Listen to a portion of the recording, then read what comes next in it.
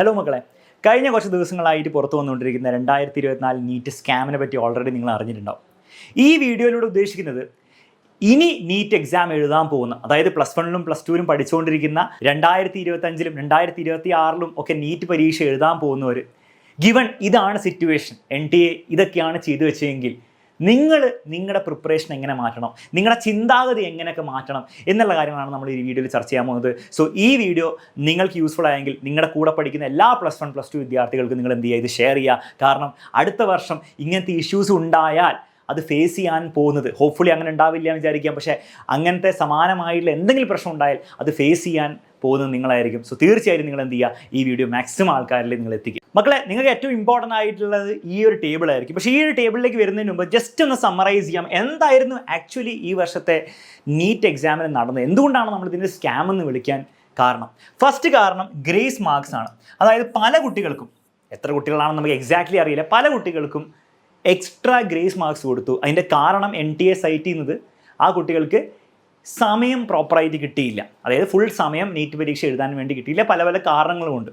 പക്ഷേ പ്രശ്നം എന്താണെന്ന് വെച്ചാൽ ഈ ഗ്രേസ് മാർക്സ് ആർക്കൊക്കെ കൊടുത്തു, എത്ര കൊടുത്തു, അത് എന്തിൻ്റെ അടിസ്ഥാനത്തിലാണ് കൊടുത്തത്, എങ്ങനെയാണ് ഒരു ഓഫ്ലൈൻ എക്സാമായ നീറ്റിൽ അവർ ആക്ച്വലി ഈ ഒരു ടൈം ഗ്യാപ്പ്, എത്ര ടൈം ലോസ്റ്റ് ആയി എന്നുള്ള ആരും കണ്ടുപിടിച്ചത്, അതിനൊന്നും ക്ലിയർ ആയിട്ടുള്ള ഒരു പ്രോപ്പറായിട്ടുള്ള ഒരു എക്സ്പ്ലനേഷൻ അവർ നൽകിയില്ല. ഇതാണ് ഫസ്റ്റ് ഇമ്പോർട്ടൻറ്റ് കാര്യം. നെക്സ്റ്റ് കാര്യം, 6 ടോപ്പേഴ്സ് 720 ഔട്ട് ഓഫ് 720 ഒരേ സെൻറ്ററിൽ നിന്ന്. The probability of that is very low. അങ്ങനെ ഒരു കാര്യം നടക്കാനുള്ള ചാൻസ് തീരില്ല. അപ്പോൾ എങ്ങനെ ആ 6 കുട്ടികൾക്ക്, ഒരേ സെൻറ്ററിൽ പഠിച്ച കുട്ടികൾക്ക് കൃത്യം 720 കിട്ടി? അത് ഒരു ഭയങ്കര ആശങ്ക ഉണ്ടാകുന്ന ഒരു കാര്യമാണ്, ഭയങ്കര ഷോക്കിംഗ് ആയിട്ടുള്ള കാര്യമാണ് എത്രയോ വർഷങ്ങൾ എൻട്രൻസ് അനലൈസ് ചെയ്യുന്ന ആൾക്കാർക്ക് പോലും. നെക്സ്റ്റ് കാര്യം, പേപ്പർ ലീക്കിൻ്റെ അലിഗേഷൻസും വാർത്തകളും നമ്മൾ നീറ്റ് എക്സാമിന് ദിവസം മുതൽ കേൾക്കുന്നതാണ്. അത് സംബന്ധിച്ച് പല ആൾക്കാരെ അറസ്റ്റ് ചെയ്തിട്ടുണ്ടെങ്കിൽ പോലും ഒരു കൺക്ലൂസീവ് ആയിട്ടുള്ളൊരു ഉത്തരം നമുക്ക് ഇതുവരെ കിട്ടിയില്ല. ആൻഡ് ലാസ്റ്റ് കാര്യം, കട്ട് ഓഫിൽ വന്ന ഹൈക്ക്. അതിൽ വരാൻ പോകുന്ന ഒരു വലിയ ഹൈക്ക് നമ്മുടെ കേരള റാങ്കൊന്നും വന്നിട്ടില്ല ഇതുവരെ. പബ്ലിഷ് ചെയ്ത് കഴിഞ്ഞാൽ നിങ്ങൾക്ക് മനസ്സിലാവും, കേരളത്തിൽ നല്ലൊരു മെഡിക്കൽ കോളേജ് കിട്ടാൻ ഒരു പക്ഷേ നിങ്ങൾക്ക് 650 660 കിട്ടിയിട്ട് പോലും കാര്യമുണ്ടാവില്ല എന്നുള്ളൊരവസ്ഥയിലേക്ക് മാറാൻ ചാൻസ് ഉണ്ട്. അപ്പോൾ ഇതൊക്കെയാണ്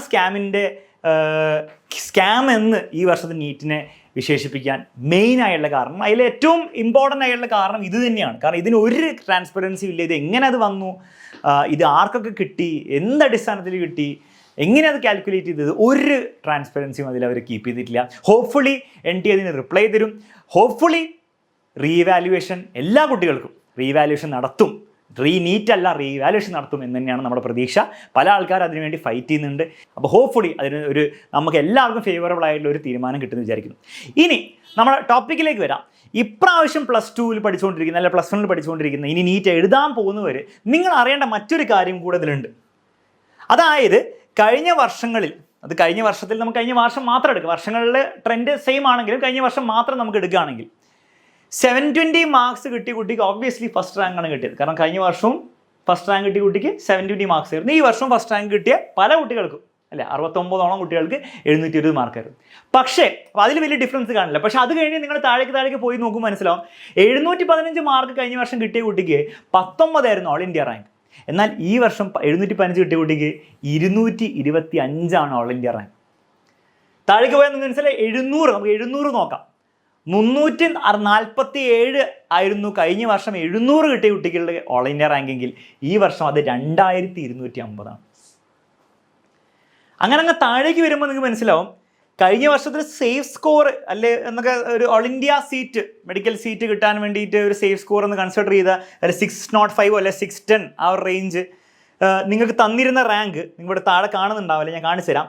26,000 റാങ്ക് ആണെങ്കിൽ അതേ മാർക്ക്, അതായത് 600ൻ്റെ മുകളിലുള്ള മാർക്കാണ് ഞാൻ പറയുന്നത്, ഈ വർഷം നിങ്ങൾക്ക് തരാൻ പോകുന്ന റാങ്ക് ഇറ്റ് ഈസ് ഓൺലി 76,000. 606 അല്ല 605 മാർക്ക് കിട്ടിയ കുട്ടിക്ക് 26,000 റാങ്ക് കിട്ടുള്ളൂ. അതായത് ബേസിക്കലി ആ കുട്ടിക്ക് എന്താണ്, എവിടെയും അഡ്മിഷൻ കിട്ടാൻ പോകുന്നില്ല. ഒരു ഗവൺമെൻറ് കോളേജിലും ഓൾ ഇന്ത്യ ബേസിസിൽ പോലും അഡ്മിഷൻ കിട്ടാൻ പോകുന്നില്ല. അപ്പം ഈ ഒരു ബേസിക്കലി എന്താ സംഭവിച്ചത്, മാർക്കിലെ ഇൻഫ്ലേഷൻ, എല്ലാ കുട്ടികൾക്കും മാർക്ക് കൂടി. ഇതിൻ്റെ കാരണം കംപ്ലീറ്റ്ലി ഈ ഒരു സ്കാം, ഈ ഗ്രേസ് മാർക്സ് അല്ലെങ്കിൽ മറ്റു പല കാര്യങ്ങൾ, പേപ്പർ ലീക്ക്, അതിലേക്ക് മാത്രം നമുക്ക് അട്രിബ്യൂട്ട് ചെയ്യാൻ പറ്റുമോ, നമുക്കറിയില്ല. കാരണം നമുക്കറിയില്ല എത്ര കുട്ടികൾക്ക് ഗ്രേസ് മാർക്സ് കൊടുത്തിട്ടുണ്ട്. അത് പല സോഴ്സസും പറയുന്നുണ്ട് 1500 1600 പറയുന്നുണ്ട്. പക്ഷേ അത് ആക്ച്വലി 1000 ആയിരുന്നോ, 50 കുട്ടികളായിരുന്നോ, 100 കുട്ടികളായിരുന്നോ, അല്ലെ 10,000 കുട്ടികളായിരുന്നോ, 20,000 കുട്ടികളാണോ, 1,00,000 കുട്ടികളാണോ എന്ന് നമുക്ക് അറിയില്ല. ഡിപ്പെൻഡിങ് ഓൺ ദാറ്റ് ഇതിന് നമുക്കൊരു എക്സ്പ്ലനേഷൻ കിട്ടും. പക്ഷേ ലേറ്റസ്റ്റ് സോഴ്സസ് പറയുന്നത് അത് 1000 to 2000 റേഞ്ചിൽ വരുന്ന കുട്ടികൾക്കാണ് ആ ഒരു ഡിഫറൻസ് വന്നതെന്നാണ്. അപ്പോൾ അങ്ങനെ നോക്കുമ്പോൾ അതും ഇതിനെ എക്സ്പ്ലെയിൻ ചെയ്യുന്നില്ല. ഇത്രയും എങ്ങനെ ഉയരുക? 1000 പേർക്ക് 2000 പേർക്കാണ് മാർക്ക് കൂട്ടി കൊടുത്തെങ്കിലും ഇത്രയും ഡിഫറൻസ് എന്താണ് ഒരിക്കലും വരാൻ പറ്റില്ല. അപ്പോൾ അവിടെ രണ്ടാമത്തെ കാര്യം വരുന്നത് നിങ്ങൾ ശ്രദ്ധിക്കേണ്ടത്, പിന്നെ പേപ്പർ ലീക്ക്, അങ്ങനെ പല പല കാരണങ്ങളും നമുക്കിതിലേക്ക് അട്രിബ്യൂട്ട് ചെയ്യാമെങ്കിലും ഈ കാരണങ്ങളൊക്കെ നമ്മൾ ഫാക്ടർ ഇൻ ചെയ്താൽ പോലും ഈ വർഷത്തെ ഒരു ഡിഫറൻസ് ഉണ്ടായിരുന്നത് പേപ്പർ ഈസി ആയിരുന്നു എന്നുള്ള കാര്യത്തിൽ ഒരു സംശയമില്ല. ഈസിയർ ആയിരുന്നു എന്നുള്ള കാര്യത്തിൽ ഒരു സംശയമില്ല കഴിഞ്ഞ വർഷത്തെ സംബന്ധിച്ചിടത്തോളം. നെക്സ്റ്റ് കാര്യം, കുട്ടികളുടെ പ്രിപ്പറേഷൻ ലെവലും കൂടി, കോമ്പറ്റീഷൻ കൂടി, ഈ ഒരു പരീക്ഷ ക്രാക്ക് ചെയ്യാൻ വേണ്ടിയുള്ള കോമ്പറ്റീഷൻ കൂടി എന്നുള്ള കാര്യത്തിൽ ഒരു സംശയമില്ല. കാരണം അതുകൊണ്ട് തന്നെയാണ് കേരളത്തിലെ കുറേ കുട്ടികൾക്കും 700-ൽ പരം മാർക്കുകൾ ഇന്നേ വരെ കിട്ടാത്ത ഒരു സ്കെയിലിൽ കിട്ടിയത്. അപ്പോൾ അവർക്കൊക്കെ ഗ്രേസ് മാർക്ക് കിട്ടിയതുകൊണ്ടാണോ? അല്ല. അവർക്കൊക്കെ പേപ്പർ ലീക്കായി കിട്ടിയതുകൊണ്ടാണോ? ഹോപ്പ്ഫുള്ളി അല്ല എന്ന് തന്നെ നമുക്ക് വിശ്വസിക്കാം. അപ്പോൾ അതങ്ങനെ അല്ല എങ്കിൽ ക്ലിയർലി കോമ്പറ്റീഷൻ കൂടിയിട്ടുണ്ട്, കുട്ടികളുടെ ലെവൽ ഓഫ് പ്രിപ്പറേഷൻസ് കൂട്ടിയിട്ടുണ്ട്. അതുകൊണ്ടും കൂടിയാണ് ഈ ഒരു ഡിഫറൻസ് വരുന്നത് എന്നുള്ളൊരു സത്യം കൂടെ നമ്മൾ മനസ്സിലാക്കേണ്ടി വരും. വീണ്ടും ഞാൻ ആവർത്തിക്കുകയാണ്, ഇതൊരു കൺക്ലൂസീവായിട്ട് പറയാനുള്ള സമയത്തല്ല. തീർച്ചയായിട്ടും NTA ഭാഗത്തുനിന്ന് ഒരു ക്ലാരിഫിക്കേഷൻ, അല്ലെ NTA ഭാഗത്തുനിന്ന് വന്നില്ലെങ്കിൽ ഏതെങ്കിലും ഒരു നല്ല ഇൻവെസ്റ്റിഗേഷൻ ഏജൻസിയുടെ ഭാഗത്തുനിന്ന് ഒരു ക്ലാരിഫിക്കേഷൻ വരുന്നത് പ്രതീക്ഷിക്കുന്നു. അപ്പോൾ നമുക്ക് മനസ്സിലാവും എത്രത്തോളം ഇതിൽ ഈ ഒരു സ്കാം മൂലം ഡിഫറൻസ് വന്നിട്ടുണ്ടെന്ന്. പക്ഷേ എൻ്റെ ഊഹം it is not more than 2000-3000 എന്നാണ് എൻ്റെ ഊഹം മാത്രമേ പറയാൻ പറ്റുള്ളൂ. പക്ഷെ അപ്പോഴും നെക്സ്റ്റ് ഇയറൊക്കെ നീറ്റ് പ്രിപ്പയർ ചെയ്യുന്നവർ മനസ്സിലാക്കേണ്ട ഒരു കാര്യം, നമ്മൾ ഈ സ്കാമും എല്ലാ കാര്യങ്ങളും മാറ്റി വെക്കുകയാണെങ്കിൽ പോലും, ഓക്കെ, ഇതൊന്നും നടന്നില്ലെങ്കിൽ പോലും ക്ലിയർലി ഈ ഒരു ഡിഫറൻസ് ഇത്രയും ഇല്ലെങ്കിലും, ഇത്രയും എൻലാർജ് ആയിട്ട് ഇത്രയും മാഗ്നിറ്റ്യൂഡിൽ കാണുന്നില്ലെങ്കിലും നിങ്ങൾ കാണും ഒരു ഡിഫറൻസ് ഉണ്ട്. കോമ്പറ്റീഷനിൽ ഡിഫറൻസ് ഉണ്ട്, കുട്ടികളുടെ പ്രിപ്പറേഷൻ ലെവലിൽ ഡിഫറൻസ് ഉണ്ട്. പല നോർത്ത് ഇന്ത്യൻ സ്റ്റേറ്റ്സിലേക്കും ഓൺലൈൻ പ്ലാറ്റ്ഫോംസിൻ്റെ കോച്ചിങ് അവൈലബിൾ ആയതുകൊണ്ടുള്ള ആ ഡിഫറൻസ് വരുന്നുണ്ട്. പ്രത്യേകിച്ച് ഈ മിഡ് ലെവലിലൊക്കെ ഒബ്വിയസ്ലി ഓൺലൈനിൽ പ്രിപ്പയർ ചെയ്ത കുട്ടികൾ ഓൾ ഇന്ത്യ റാങ്ക് 10ഉം 5ഉം 1ഉം എന്നും വാങ്ങിയെന്നല്ല ഞാൻ പറയാം. അത് ഒബ്വിയസ്ലി ഔട്ട്ലയേഴ്സ് എപ്പോഴും ഉണ്ടാവും. പക്ഷേ ഈ ഒരു റേഞ്ചിലൊക്കെ കൂടുതലും ഓൺലൈൻ പ്രിപ്പയർ ചെയ്ത കുറേ കുട്ടികൾ എന്താണ് കയറി പറ്റിയിട്ടുണ്ട്. അപ്പോൾ അതുകൊണ്ടുള്ള കോമ്പറ്റീഷൻ ഇൻക്രീസ് വളരെ യാഥാർത്ഥ്യമായുള്ളൊരു കാര്യമാണ്. ഇനി ഇതിൽ നിന്ന് +2-ൽ ഇപ്പോൾ പഠിച്ചുകൊണ്ടിരിക്കുന്ന കുട്ടികൾ മനസ്സിലാക്കേണ്ട കാര്യങ്ങളിലേക്കാണ് ഞാൻ വരുന്നത്. മക്കളെ, നിങ്ങൾ ഫസ്റ്റ് ശ്രദ്ധിക്കേണ്ട കാര്യം, നിങ്ങൾക്ക് ചിലപ്പോൾ, എനിക്കറിയില്ല ഓരോ കുട്ടികൾക്കും നീറ്റ് എക്സാം എത്രത്തോളം ആഗ്രഹമാണ് എന്നെനിക്കറിയില്ല. ചിലവർക്ക് വളരെ ആഗ്രഹമായിരിക്കും, കാരണം അവർക്ക് ഡോക്ടറായേ പറ്റുന്നുണ്ടാവുള്ളൂ, പല റീസൺസും ഉണ്ട്. ചിലവർക്ക് അങ്ങനെ ആയിരിക്കില്ല. ഓക്കെ, നീറ്റ് എക്സാം എഴുതി ഡോക്ടറാവുക, it is a good profession, respectable പ്രൊഫഷനാണ്, സേഫാണ്, അതിനെപ്പറ്റി അറിയാം. ഓക്കെ, അതുകൊണ്ട് നീറ്റ് എക്സാം എഴുതുന്നു. പിന്നെ അത്യാവശ്യം കഴിവൊക്കെ ഉണ്ട് പഠനത്തിൽ, അക്കാഡമിക് മികവുകളുള്ളതുകൊണ്ട് പരീക്ഷ എഴുതുന്നു, അങ്ങനെ തീരുമാനിക്കുന്നവരായിരിക്കാം. ചിലവർക്ക് ഇതിനെപ്പറ്റി പ്രൊഫഷനെ പറ്റി ഒന്നും കാര്യമായിട്ട് അറിയണ്ട, പക്ഷേ നീറ്റ് ചെറുപ്പം മുതൽ അല്ലെങ്കിൽ ഫാമിലിയിൽ നിന്ന് വന്ന ഒരു പ്രഷർ എന്ന് പറയില്ല, പക്ഷേ ഫാമിലിയിൽ നിന്ന് ഒരു സജഷൻ അല്ലെ ഒരു ഐഡിയ മനസ്സിൽ കയറി പറ്റിയതുകൊണ്ടാവാം. എന്താണെങ്കിലും നിങ്ങൾ ഫസ്റ്റ് എൻഷുർ ചെയ്യേണ്ട കാര്യം, you should have A backup option അല്ലെങ്കിൽ മൾട്ടിപ്പിൾ ഓപ്ഷൻസ്. ഒരു ബാക്കപ്പ് ഓപ്ഷനെങ്കിലും നിങ്ങൾക്ക് ഉണ്ടായിരിക്കണം. കാരണം മക്കളെ, നിങ്ങൾക്ക് നീറ്റ് കിട്ടുമോ കിട്ടില്ലയോ എന്നല്ല ഞാൻ പറയുന്നത്, അത് തീരുമാനിക്കാൻ പറ്റില്ല, എനിക്ക് പറ്റില്ല. പക്ഷേ NEET is becoming more difficult to crack because it is getting more competitive. കൂടുതൽ കോമ്പറ്റീഷൻ വന്നുകൊണ്ടിരിക്കുകയാണ്. അത് വളരെ ക്ലിയറാണ് ഈ സ്കാം മാറ്റി നിർത്തിയാൽ പോലും. അപ്പോൾ അതുകൊണ്ട് തന്നെ നിങ്ങൾ എത്ര ഹാർഡ് വർക്ക് ചെയ്താലും it is not necessary, given അല്ല നിങ്ങൾക്ക് കിട്ടും സീറ്റിന്. കാരണം കോമ്പറ്റീഷൻ അത്രയും, നിങ്ങൾ മാത്രമല്ല പ്രിപ്പയർ ചെയ്യുന്നത്, എത്രയോ പേര് ആഗ്രഹിച്ച് പ്രിപ്പയർ ചെയ്യുന്നവരുണ്ട്. അപ്പോൾ അതുകൊണ്ട് നിങ്ങൾ എന്തെങ്കിലും ഒരു ബാക്കപ്പ് ഓപ്ഷൻ നിങ്ങൾ കരുതണം. എന്തെങ്കിലും ഒരു ബാക്കപ്പ് ഓപ്ഷൻ എന്ന് പറഞ്ഞാൽ എന്തെങ്കിലും അല്ല. ബാക്കപ്പ് ഓപ്ഷൻസ് എന്തുകൊണ്ട് നന്നായിക്കൂടാ? നല്ല ബാക്കപ്പ് ഓപ്ഷൻസ് ഉണ്ട്. ഫോർ എക്സാമ്പിൾ, ഞാൻ പല കുട്ടികളോട് പറയുന്നത് കേട്ടിട്ടുണ്ട്, നീറ്റ് കിട്ടിയില്ല ഡിഗ്രിക്ക് പോകും. എന്തിനാണ് ഡിഗ്രിക്ക് പോകുമെന്ന് പറഞ്ഞ് നിർത്തുന്നത്? എവിടെ ഡിഗ്രിക്ക് പോകും? ഏത് കോഴ്സിന് പോകും? അതിന് ഏറ്റവും നല്ല സ്ഥലങ്ങളിൽ ഡിഗ്രിക്ക് പോകണമെങ്കിൽ നിങ്ങൾക്ക് ഏത് പരീക്ഷ എഴുതാൻ പറ്റും? ഫോർ എ പ്രാക്ടിക്കൽ എക്സാമ്പിൾ പറയാം, CUT എന്ന് പറഞ്ഞ പരീക്ഷ എഴുതിയാൽ നിങ്ങൾക്ക് ആക്ച്വലി സെൻട്രൽ യൂണിവേഴ്സിറ്റി അല്ല നല്ല ഡൽഹി യൂണിവേഴ്സിറ്റിയിലെ കോളേജസിൽ നിങ്ങൾക്ക് വളരെ സ്കോപ്പോട് കൂടെ നിങ്ങൾക്ക് പഠിക്കാൻ പറ്റും. അപ്പോൾ എന്തുകൊണ്ട് അങ്ങനെ ചിന്തിക്കുന്ന ഒരു ബാക്കപ്പ് ഓപ്ഷൻ ഒരു നല്ല ഓപ്ഷനും കൂടി ആയിക്കൂടെ? എന്തിനാണ് എപ്പോഴും ബാക്കപ്പ് ഓപ്ഷൻ ഒരു മോശം ഓപ്ഷനുള്ള പോലെ നിങ്ങൾ ട്രീറ്റ് ചെയ്യുന്നത്? അപ്പോൾ സീരിയസ്ലി നിങ്ങളൊരു നല്ല ബാക്കപ്പ് ഓപ്ഷൻ എപ്പോഴും എന്ത് ചെയ്യുക, നിങ്ങൾ കണ്ടുവെക്കുക. പിന്നെ ഇങ്ങനെയൊക്കെ ചിലർ പറയുന്നുണ്ടാവും, നിങ്ങൾ കേട്ടിട്ടുണ്ടാവും, ബാക്കപ്പ് ഓപ്ഷൻ വെച്ച് കഴിഞ്ഞാൽ പിന്നെ എൻ്റെ മെയിൻ ഓപ്ഷൻ നീറ്റിന് വേണ്ടിയിട്ടുള്ള എൻ്റെ മോട്ടിവേഷൻ പോകും, ഒന്നും ബാക്കപ്പ് ഇല്ലാണ്ട് പഠിച്ചാൽ എനിക്ക്. അതൊക്കെ വെറുതെ പറയുന്നതാണ്. അത് ചിലപ്പോൾ നീറ്റിലെയോ അല്ല ജെയിലെ ടോപ്പേഴ്സൊക്കെ പറയുന്നത് കേട്ടിട്ടുണ്ടാവും. പക്ഷേ അത് ടോപ്പേഴ്സിൻ്റെ മാത്രമല്ലേ ഇൻ്റർവ്യൂ എടുക്കുള്ളൂ. അപ്പോൾ നിങ്ങൾ അതേ കേൾക്കുള്ളൂ. ഓക്കെ, ആക്ച്വലി ഈ ജെയ്യോ നീറ്റോ ക്രാക്ക് ചെയ്യാൻ പറ്റാത്തവരുടെ ഇൻ്റർവ്യൂ എടുക്കില്ല. ഇൻ്റർവ്യൂ എടുത്തിട്ട് അവർ പറയായിരുന്നു, അയ്യോ എന്തെങ്കിലും ബാക്ക് ഓപ്ഷൻ ഉണ്ടായിരുന്നെങ്കിൽ ഞാൻ കഷ്ടപ്പെടേണ്ട ആവശ്യം ഉണ്ടായിരുന്നില്ല, അല്ലെങ്കിൽ ഞാൻ വീണ്ടും ഇങ്ങനെ റിപ്പീറ്റ് ചെയ്തുകൊണ്ട് എൻ്റെ ലൈഫ് വെറുതെ ഇങ്ങനെ ഡിലേ ആക്കേണ്ട ആവശ്യമില്ലായിരുന്നു എന്ന് അവർ പറയും. പക്ഷേ അവരുടെ ഇൻ്റർവ്യൂ ആരും എടുക്കാൻ പോകുന്നില്ല. സോ ഓൾവേസ് വളരെ ലോജിക്കലായുള്ള കാര്യമാണ് ബാക്കപ്പ് ഓപ്ഷൻ എടുക്കുക. ആ ബാക്കപ്പ് ഉള്ളതുകൊണ്ടൊന്നും നിങ്ങൾ എന്ത് ചെയ്യില്ല, നിങ്ങളുടെ നീറ്റ് ഓപ്ഷൻ, നിങ്ങളുടെ പ്രൈമറി, നിങ്ങളുടെ നീറ്റാണോ ജെയ് ആണോ വോട്ടെവർ, അതിൽ നിങ്ങളുടെ സീരിയസ്നെസ് നിങ്ങൾ അതുകൊണ്ട് നിങ്ങൾ എന്ത് ചെയ്യില്ല, അതിൻ്റെ പ്രിപ്പറേഷൻ കുറയാനൊന്നും പോകുന്നില്ല. ഓക്കെ, പല വേറെ കാരണങ്ങളുണ്ടാകും. പക്ഷേ നിങ്ങൾ ബാക്കപ്പ് ഓപ്ഷൻ ഉള്ളതുകൊണ്ട് നിങ്ങളുടെ പ്രിപ്പറേഷനൊന്നും ഒരിക്കലും എന്താണ് കുറയാൻ പോകുന്നില്ല. അങ്ങനെ അത്രയും ചൈൽഡിഷ് ബ്രെയിൻ ഒന്നല്ലല്ലോ +2 പഠിക്കുന്ന ഒരു വിദ്യാർത്ഥിയുടെ. അത്രയെങ്കിലും ഒരു മെച്യൂരിറ്റി നിങ്ങൾക്ക് ഉണ്ടെന്ന് ഞാൻ പ്രതീക്ഷിക്കുന്നു. ഓക്കെ, എനിവേ ബാക്കപ്പ് ഓപ്ഷൻസ് ഉണ്ടാവണം തീർച്ചയായിട്ടും. അത് നല്ല ഓപ്ഷൻസും കൂടിയാണെന്നുള്ള കാര്യം എൻഷുർ ചെയ്യുക. എല്ലാവരും ഡിഗ്രിക്ക് പോകണം എന്നല്ല ഞാൻ ഉദ്ദേശിച്ചത്.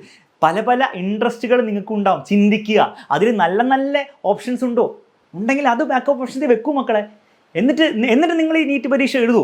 ഓക്കെ, അറ്റ്ലീസ്റ്റ് നിങ്ങൾക്ക് നല്ലൊരു ഓപ്ഷൻ പിന്നീട് ഉണ്ടാവില്ലേ ഈ പരീക്ഷ കിട്ടിയില്ലെങ്കിൽ പോലും. കാരണം നിങ്ങൾ ആലോചിച്ച് നോക്കുക, വീണ്ടും ആലോചിക്കേണ്ട കാര്യം. അത് ഇത്രയും എടുത്ത് പറയാൻ കാരണം എന്ന് വെച്ചാൽ നിങ്ങൾ ആലോചിച്ച് നോക്കുക, നിങ്ങൾക്ക് 630 മാർക്ക് കിട്ടിയാലും നിങ്ങൾക്ക് ഗവൺമെൻറ് കോളേജിൽ സീറ്റ് കിട്ടില്ല. അതല്ല അവസ്ഥ. 630 mark, it is not easy to get. Easy paper ആയിരുന്നു, പക്ഷേ 630 മാർക്ക് കിട്ടാൻ നല്ല ഡിഫിക്കൽട്ടായി, നല്ല കഷ്ടപ്പെട്ട കുട്ടികൾക്ക് അത്ര കിട്ടുള്ളൂ. അപ്പം അത്ര പോലും ചെയ്തിട്ട് കിട്ടുന്നില്ല. അപ്പം എന്തുകൊണ്ട് ബാക്കപ്പ് ഓപ്ഷൻ വെക്കാതിരിക്കണം? നിങ്ങൾ വെക്കണം. ഓക്കെ, സ്നേഹമുള്ളതുകൊണ്ട് പറയാണ്. റെഡി. നെക്സ്റ്റ് കാര്യം, ഈ പരീക്ഷ ശരിക്കും നിങ്ങൾക്ക് ആവശ്യമുള്ളതാണോ? പരീക്ഷ മാറ്റി നിർത്തുക, നീറ്റ് എക്സാം നിങ്ങൾ എഴുത്. നിങ്ങൾക്ക് ശരിക്കും ഡോക്ടർ ആവാൻ ആഗ്രഹമുണ്ടോ? ശരിക്കും ആഗ്രഹമുണ്ടോ? ഉണ്ടെങ്കിൽ ഓക്കെ. അടുത്ത ചോദ്യം, ഒരു ഡോക്ടർ എന്തൊക്കെയാണ് ചെയ്യുക? ഒരു ഡോക്ടറിൻ്റെ ലൈഫിലുള്ള ബുദ്ധിമുട്ടുകൾ എന്താണ്? നല്ല കാര്യങ്ങൾ എന്താണ്? ഡിസഡ്വാൻറ്റേജ്, അഡ്വാൻറ്റേജ് എന്തൊക്കെയാണ് എന്ന് നിങ്ങൾ സ്റ്റഡി ചെയ്തിട്ടുണ്ടോ? പ്രാക്ടിക്കലി നിങ്ങൾ സ്റ്റഡി ചെയ്തിട്ടുണ്ടോ? പ്രാക്ടിക്കലി എന്ന് പറയുമ്പോൾ ആക്ച്വൽ പ്രാക്ടിക്കൽ ലൈഫിൽ വരുന്ന കാര്യങ്ങൾ നിങ്ങൾ മനസ്സിലാക്കാൻ ശ്രമിച്ചിട്ടുണ്ടോ? ഇല്ലെങ്കിൽ അത് മനസ്സിലാക്കാൻ ശ്രമിക്കുക. എങ്ങനെ മനസ്സിലാക്കാം? ഒന്നുകിൽ നിങ്ങളുടെ ഫാമിലിയിലോ ഫ്രണ്ട്സിൻ്റെ റിലേറ്റീവ്സിലോ ഡോക്ടറിൻ്റെ അവരോട് സംസാരിക്കാം. അതല്ലെങ്കിൽ ഏറ്റവും ബെസ്റ്റ് സോഴ്സ് എന്താണ്? യൂട്യൂബിൽ കിടപ്പുണ്ട്, സെർച്ച് ചെയ്യുക. Advantages of MBBS, becoming a doctor, ഡിസഡ്വാൻറ്റേജിന് ഒരു ഇഷ്ടം പോലെ ഡോക്ടേഴ്സ് ചെയ്ത വീഡിയോസ് ഉണ്ട്. ചിലത് ബയസ്ഡ് ആയിരിക്കും. ആ ബയസ് ഒഴിവാക്കാൻ വേണ്ടി മൾട്ടിപ്പിൾ വീഡിയോസ് ഇരുന്ന് വർക്ക് ചെയ്യും നിങ്ങൾ. എന്നിട്ട് ആക്ച്വലി സ്റ്റഡി ചെയ്യുക എങ്ങനെയാണ് ഒരു ഡോക്ടറിൻ്റെ ലൈഫ് ഉണ്ടാകുക. കാരണം നിങ്ങൾ അവസാനം നീറ്റ് എക്സാം എഴുതാൻ വേണ്ടിയിട്ടല്ലോ നിങ്ങൾ പഠിക്കുന്നത്, കഷ്ടപ്പെടുന്നത്. നിങ്ങൾക്ക് MBBS ചെയ്തിട്ട് അതിനുശേഷം MD ഒക്കെ എടുത്തിട്ട് മോസ്റ്റ് പ്രോബബ്ലി നിങ്ങളൊക്കെ പഠിച്ച് കഴിയുമ്പോഴത്തേക്കും സൂപ്പർ സ്പെഷ്യാലിറ്റി വേണ്ടി ഒരു 10-12 വർഷം പഠിച്ചിട്ട് നിങ്ങൾ ആക്ച്വൽ ഡോക്ടറാവാൻ പ്രാക്ടീസ് ചെയ്യാൻ വേണ്ടിയിട്ടല്ലേ നിങ്ങൾ ഈ പരീക്ഷ ഇത്രയും കഷ്ടപ്പാടെടുക്കുന്നത്. അപ്പോൾ എന്താണ് ആക്ച്വലി 12 വർഷം അല്ലെങ്കിൽ 11 വർഷം കഴിയുമ്പോൾ ചെയ്യുന്നതെന്ന് കണ്ടുപിടിക്കൂ. അതിൻ്റെ ബുദ്ധിമുട്ടുകൾ എന്താണ്, അതിൻ്റെ അഡ്വാൻറ്റേജസ് എന്താണ്, നിങ്ങൾ പ്രതീക്ഷിക്കുന്ന കാര്യങ്ങളാണോ? നിങ്ങളിപ്പോൾ ഒരു പ്രത്യേക മെൻറ്റാലിറ്റിയിലായിരിക്കും ഇതിനെ പ്രിപ്പയർ ചെയ്യുന്നത്. പക്ഷേ അതാണോ അവസാനം കിട്ടാൻ പോകുന്നത്? Find out. എന്നിട്ട് റീവാലുവേറ്റ്, മാറ്റാനല്ല പറയുന്നത്, റീവാലുവേറ്റ്. എന്നിട്ട് നിങ്ങൾ തീരുമാനിക്കുക. ചിലപ്പോൾ എന്താണ് നിങ്ങൾ വിചാരിക്കുന്നത്, ഓക്കെ അതൊക്കെ എല്ലാം സ്റ്റഡി ചെയ്ത് കഴിയുമ്പോൾ ചിലപ്പോൾ നിങ്ങൾക്ക് തീരെ താല്പര്യം ഉണ്ടായതായപ്പോൾ ഇതിനെ വെറുതെ ഈ പരീക്ഷയ്ക്ക് പുറകെ പോകുന്ന വേറെ അടുത്ത ഓപ്ഷൻസ് നോക്കൂ. ഇത് മാത്രമല്ല ലൈഫിലുള്ളത്. ചിലപ്പോൾ നിങ്ങൾക്ക് ഇങ്ങനെ തോന്നും, ഓക്കെ എനിക്ക് 100% അറിയില്ല, പക്ഷേ എന്നാലും എനിക്ക് ഡോക്ടർ എന്ന പ്രൊഫഷനോട് ഇതിൻ്റെ ഡിസഡ്വാൻറ്റേജ് അറിയുമ്പോഴും എനിക്ക് ഇതിനോട് താല്പര്യം കുറച്ചൊക്കെ തോന്നുന്നുണ്ട്. അങ്ങനെയാണെങ്കിൽ നിങ്ങൾ എന്ത് ചെയ്യുക, നിങ്ങൾ പ്രിപ്പയർ ചെയ്തോളൂ. പക്ഷേ കീപ്പ് എ ബാക്കപ്പ് ഓപ്ഷൻ. കാരണം ചിലപ്പോൾ നിങ്ങൾ +2 കഴിയുമ്പോഴത്തേക്കും നിങ്ങൾക്ക് എന്താണ് തോന്നുകയാണ്, വേണ്ട എന്ന് തോന്നുകയാണ്, you should have an option. ഇനി ഇതൊക്കെ കേട്ടിട്ടും ഡിസഡ്വാൻറ്റേജ് ഒക്കെ കേട്ടിട്ടും എനിക്ക് ഇതിൻ്റെ പറ്റുള്ളൂ എന്ന് വെച്ചാൽ നിങ്ങൾ നന്നായി പഠിക്കും. അങ്ങനെ വരുമ്പോഴാണ് നിങ്ങൾ നന്നായിട്ട് ഹാർഡ് വർക്ക് ചെയ്യേണ്ടത്. കാരണം നന്നായിട്ട് ഹാർഡ് വർക്ക് ചെയ്തില്ലെങ്കിൽ കിട്ടില്ല. കാരണം നിങ്ങൾ ആലോചിച്ചു, 630 കുട്ടിക്കും 665 കിട്ടിയ കുട്ടിയും നന്നായിട്ട് ഹാർഡ് വർക്ക് ചെയ്തിട്ടുണ്ട്, എങ്കിൽ പോലും ആ കുട്ടി കിട്ടിയില്ല. അപ്പോൾ it is bare minimum hard work. Hard work does not, ഇപ്പോഴത്തെ ഒരു സിനാരിയോയിൽ നീറ്റിലോ അല്ലെ ജെയിലോ വോട്ടെവർ കോമ്പറ്റേറ്റീവ് എക്സാംസിന് ഹാർഡ് വർക്ക് ഗ്യാരണ്ടി ചെയ്യില്ല സക്സസ്. എന്നാൽ സക്സസിന് വേണ്ടി ഹാർഡ് വർക്ക് ചെയ്യണോ? ഒബ്വിയസ്ലി ചെയ്യണം, പക്ഷെ ഇത് ഗ്യാരണ്ടി ചെയ്യില്ല. അപ്പോൾ ഏറ്റവും മിനിമം നിങ്ങൾ ചെയ്യേണ്ടത് ഇതാണ്. കാരണം ഇതില്ലാണ്ട് നിങ്ങൾ ചിന്തിക്കുക പോലും വേണ്ട നിങ്ങൾക്ക് നീറ്റ് ക്രാക്ക് ചെയ്യുന്നതിനെ പറ്റിയിട്ട്. അത് +2 തന്നെ ചെയ്തു തുടങ്ങണം. അത് പിന്നീട് റിപ്പീറ്റ് ചെയ്യാൻ പോകുമ്പോൾ ഞാൻ ചെയ്യും എന്നൊന്ന് വിചാരിച്ചിരുന്നതിന് കാര്യമില്ല. കാരണം നിങ്ങൾ ആലോചിച്ച് നോക്ക്, നിങ്ങളിപ്പോൾ പഠിക്കുന്നില്ല, +1 +2 അല്ലെ +2 മാത്രം പഠിച്ച് വരുന്ന ഒരു കുട്ടിക്ക്, അല്ലെങ്കിൽ ഓൺലൈനിലൊക്കെ പഠിച്ചിട്ടാണ് ഒരു കുട്ടി റിപ്പീറ്റ് ചെയ്യാൻ വരുന്നതെങ്കിൽ അവരുടെ കൂടെ ആയിരിക്കും നിങ്ങൾ കോമ്പീറ്റ് ചെയ്യാൻ പോകുന്നത്. പറ്റുമോ? നിങ്ങളെ കൊണ്ട് താങ്ങുമോ?